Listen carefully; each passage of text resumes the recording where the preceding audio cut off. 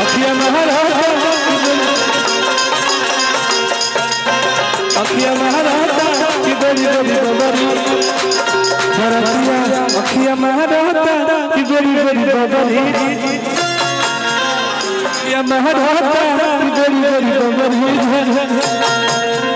अखिया महाराता की गोरी गोरी बबरी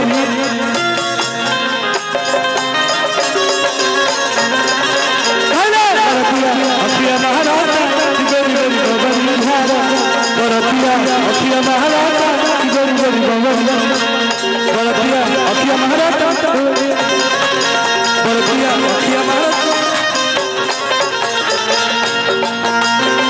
अखिया महाराता की गोरी गोरी बबरी भरतिया अखिया महाराता की गोरी गोरी बबरी भरतिया अखिया महाराता की गोरी गोरी बबरी भरतिया अखिया महाराता की गोरी गोरी बबरी जो जाएगा राजा राम भैया का टीम गर्दा उड़ा देता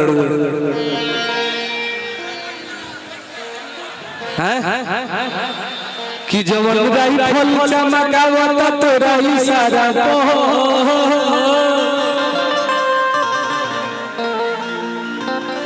बच्चे जादे से ले जाला सुन ले धारा को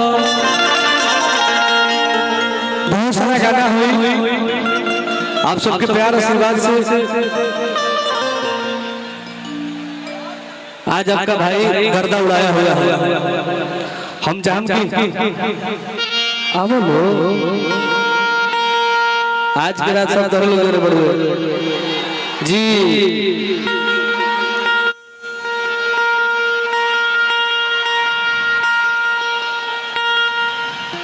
भाई जी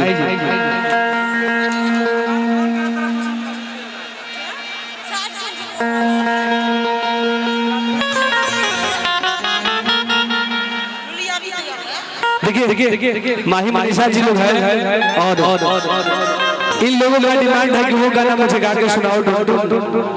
लुलिया भी तैयार है, जुलिया भी तैयार है, नाचे के डरे माही मनीषा रोटी से फरार है, ऐसा बात नहीं है। गाना था और आप लोगों को प्यार आशीर्वाद से बहुत अच्छा बजा और उस गाने को बजवाने में इन लोगों का भी हाथ है। बहुत जगह इन लोगों ने भी उस गाने को बजवाया। हरे की लुलिया भी तैयार है, हरे की जुलिया भी तैयार है, हरे की लुलिया भी तैयार है, जुलिया भी तैयार है। नाचे के डरे माही मनीषा रोटी से फरार है। लेकिन कहता भैया हरे की लुलिया भी तैयार है, जुलिया भी तैयार है,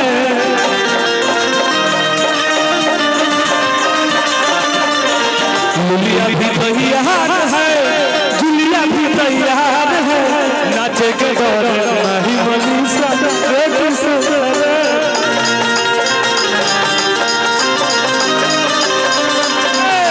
नाचे के डरे माही मनीषा रोटी से फरार है।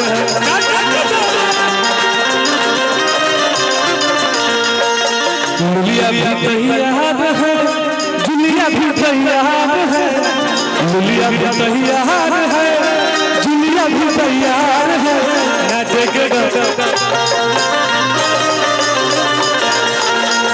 के डरे माही मनीषा रोटी से फरार है।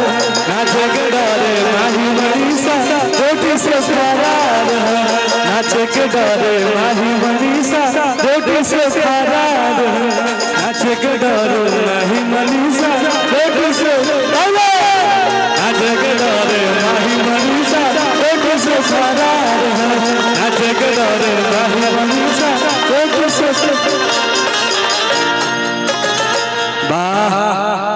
बड़ी स्नेह प्रेम मिला था माही जी।